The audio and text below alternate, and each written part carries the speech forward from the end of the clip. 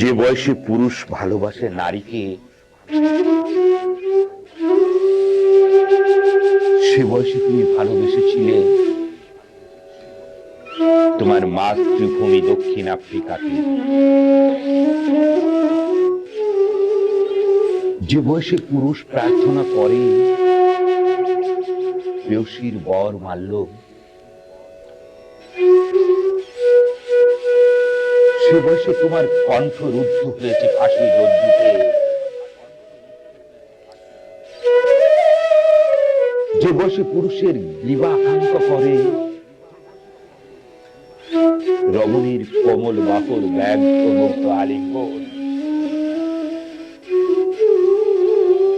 সে বয়সে তোমাকে আলিঙ্গন করেছে মৃত্যুর হিম শীতল বাহু। তোমার তোমার কলম নিঃসৃত প্রতিটি পঙ্ক্তির জন্য যখন তোমার প্রাপ্য ছিল প্রশংসার হীরক চুম্বন, তখন তোমার প্রাপ্য হয়েছে মৃত্যু হীরক বিষ।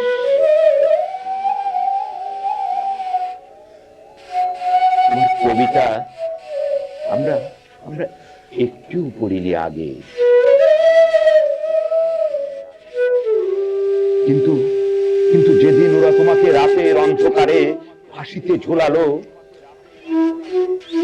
তারপর দিন সারা পৃথিবীর ভোরের কাগজে ছাপা হলো তোমার জীবনের শ্রেষ্ঠ কবিতা। আমরা জানলাম কি গভীর ভাবেই না তুমি ভালোবেসেছিলে তোমার প্রিয়তম মাতৃভূমি দক্ষিণ আফ্রিকাকে। আমরা জানলাম কালো আফ্রিকার শ্বেত শত্রুদের বিরুদ্ধে কি ঘৃণাই না ছিল তোমার বুক জুড়ে শ্রমিকের হৃদয়ে।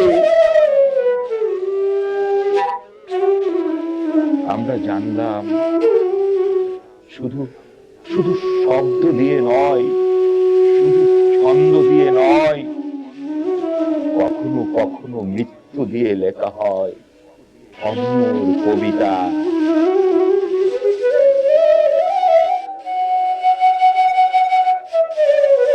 কবি বেঞ্জামিন মোরাইস, তুমি মৃত্যু দিয়ে কবিতাকে বাঁচিয়ে দিয়েছ তার মৃত্যু দশা থেকে। বেঞ্জামিন মোরাইস, তুমি এখন সারা বিশ্বের কবি। তোমার জন্মভূমি দক্ষিণ আফ্রিকা এখন পৃথিবীর তাবৎ কবিদের শৃঙ্খলিত মাতৃভূমি।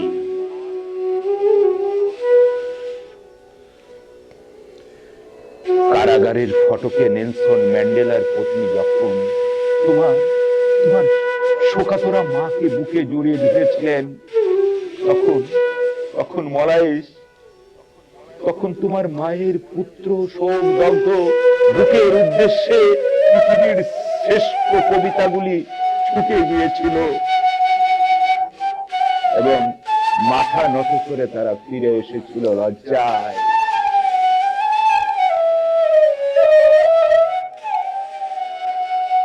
তোমার সাহসের যোগ্য হয়ে উঠবে বলে, তোমার ভালোবাসার যোগ্য হয়ে উঠবে বলে আজ সারাদিন মাথা নত করে নীরবতা পালন করেছি।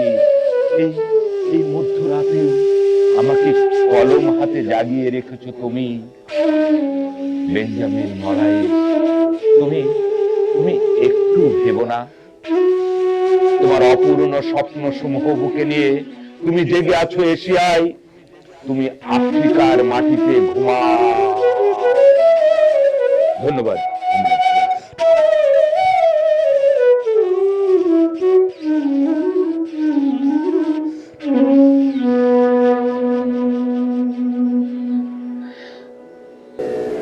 অসংখ্য ধন্যবাদ জানাচ্ছি আপনাকে। আমাদের আজকের এই কবিতা আবৃত্তির সাহিত্য মাধ্যম অনুষ্ঠান